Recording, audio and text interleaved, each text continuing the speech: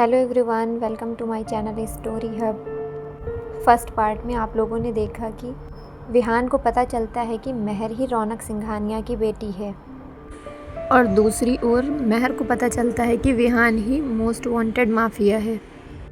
उसके बाद क्या हुआ, चलिए इस स्टोरी में पता करते हैं। महर डरी नहीं। अगले दिन वो सीधा लाइब्रेरी गई। विहान वहीं खड़ा था, सर झुका के, गन हाथ में पर नीचे। महर सीधा उसके सामने आई।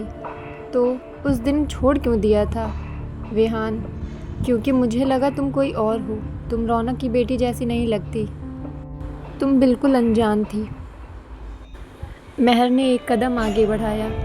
और मैं हूँ रौनक सिंघानिया की बेटी। लो, अब मौका है, मारो, दुश्मन सामने है। विहान ने आंखें बंद की, हाथ कांप रहा था, गन गिर गई ज़मीन पर। विहान कहता है, मैं तुम्हें मार नहीं सकता महर, क्योंकि उस दिन जब तुम अनजान थी तब भी नहीं मार पाया था। कहीं से रौनक को खबर लग गई। उसने विहान को आखिरी बार ख़त्म करने का फ़ैसला लिया। जगह शहर का पुराना गोदाम, टूटी खिड़कियाँ, ज़मीन पर तेल, ऊपर एक बल्ब झिलमिला रहा था।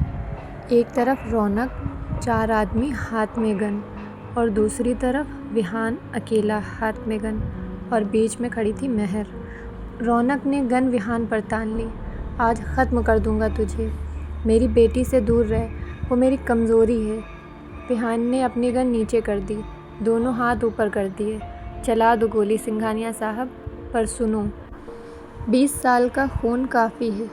मैं आपकी बेटी को मारने आया था, पर मार नहीं पाया, क्योंकि वो मुझे दुश्मन नहीं लगी, वो ताकत लगी।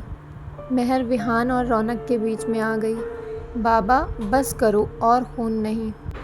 रौनक के सबसे पुराने आदमी में से एक था राघव, 5 साल से वफादार बना हुआ, पर दिल में लालच। उसने सोचा, अगर आज रौनक मर गया और इल्ज़ाम विहान पर लग गया तो पूरा कारोबार मेरा। पुलिस भी मुझे हीरो बोलेगी। सबका ध्यान झगड़े पर था। राघव ने चुपके से गन निकाली, निशाना लगाया, गोली चली, मगर गोली सीधी महर के दाएं कंधे में लगी। विहान देखकर चिल्लाया, महर! गोदाम में एकदम सन्नाटा, सिर्फ महर की टूटी सांस। विहान ने अपना कोट फाड़कर जख्म दबा दिया। उसके हाथ काँप रहे थे, खून से भर गए थे। विहान ने सर उठाया, आंखें खून जैसी लाल। उसने सीधा राघव को गुस्से में देखा और बोला, तूने? राघव घबरा गया और कहता है, नहीं बॉस, गलती से हुआ। रौनक ने सब समझ लिया। उसने भागकर राघव को मारा। फिर उसने विहान को देखा, खून से लथपथ लड़का, पर महर को जान से भी ज़्यादा बचा। ये देखकर रौनक का दिल पिघल गया। उसने तुरंत अपने आदमी को चिल्लाया, एम्बुलेंस, अभी, जल्दी करो। 20 साल की नफ़रत एक पल में रेत बन गई। महर को हॉस्पिटल ले गए। हॉस्पिटल में ओटी की बत्ती बंद हुई।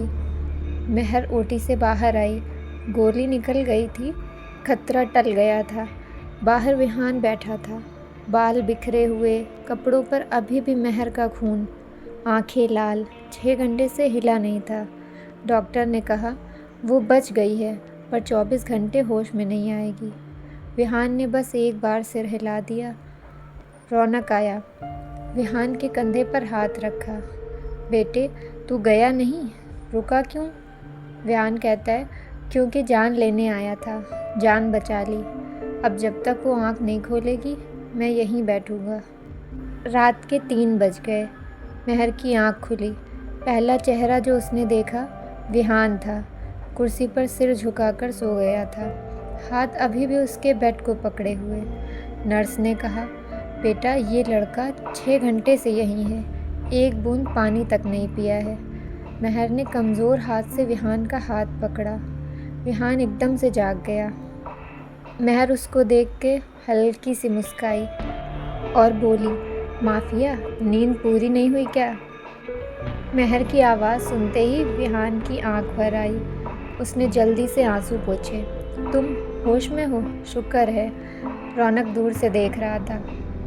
1 हफ्ते बाद महर डिस्चार्ज हो रही थी। हाथ में वही पुरानी किताब, विहान उसका बैग लेके खड़ा था। अब माफिया वाला काला कोट नहीं, सादी सी शर्ट पहनी हुई थी। रौनक ने विहान का हाथ पकड़ा और कहता है, बेटा माफिया का खेल ख़त्म। अब अगर रहेगा तो मेरी बेटी का बन के रहेगा, मेरा दामाद बन के। गोली महर को लगी थी, पर ज़ख्म विहान के दिल पर था, क्योंकि जिसको मारने आया था उसके लिए खुद मरने को तैयार हो गया था, और खून से जो शुरू हुआ था मोहब्बत पर ख़त्म हो गया। स्टोरी कैसी लगी प्लीज़ आप लोग कमेंट में बताइएगा।